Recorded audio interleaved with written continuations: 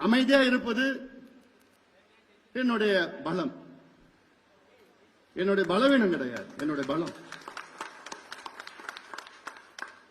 இன்னைக்கு நான் அமைதியா தான் இருக்கிறேன்.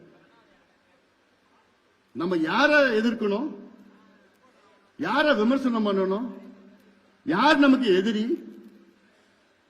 யார் எதிரி? திமுக எதிரி.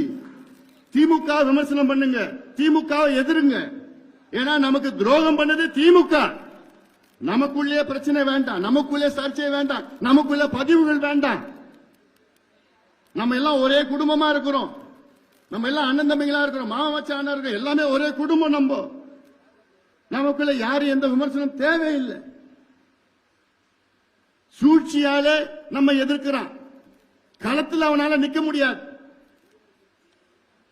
அவ்வளோ பெரிய கூட்டம், அவ்வளோ கூட்டம் வந்தது. எப்படி வந்தாங்க?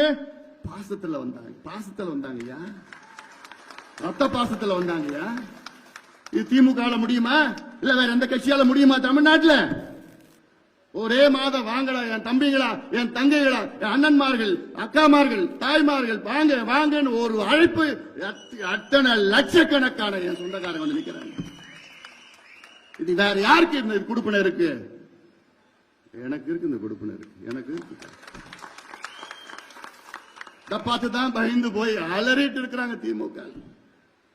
ஏன்னா இன்னைக்கு திமுகன்னு போய் தெருவில் போய் சொல்லு, முறைச்சு பார்ப்போம், முறைச்சு பார்ப்போம், கோமா பாக்குறோம். என்னடா கட்சி, என்ன ஆட்சி நடத்திட்டு இருக்க, என்ன நடக்குது? முதலமைச்சருக்கும் தெரியல, மற்றவங்களுக்கு யாருக்கும் என்ன நடக்குதுன்னு கூட தெரியல. நீ பார்த்தா நம்ம கட்சிக்காரர் பக்கத்துல சக்கரவர்த்தின்னு வழக்கறிஞர், அட்வொகேட், சுட்டுறாங்க, துப்பாக்கியால சுட்டு கொலை பண்றான். எங்கிருந்து வந்து இந்த கலாச்சாரம்?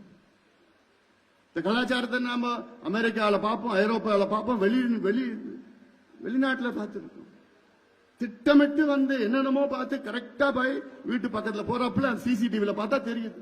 நமக்கு முதல்ல பார்த்தா தெரியல.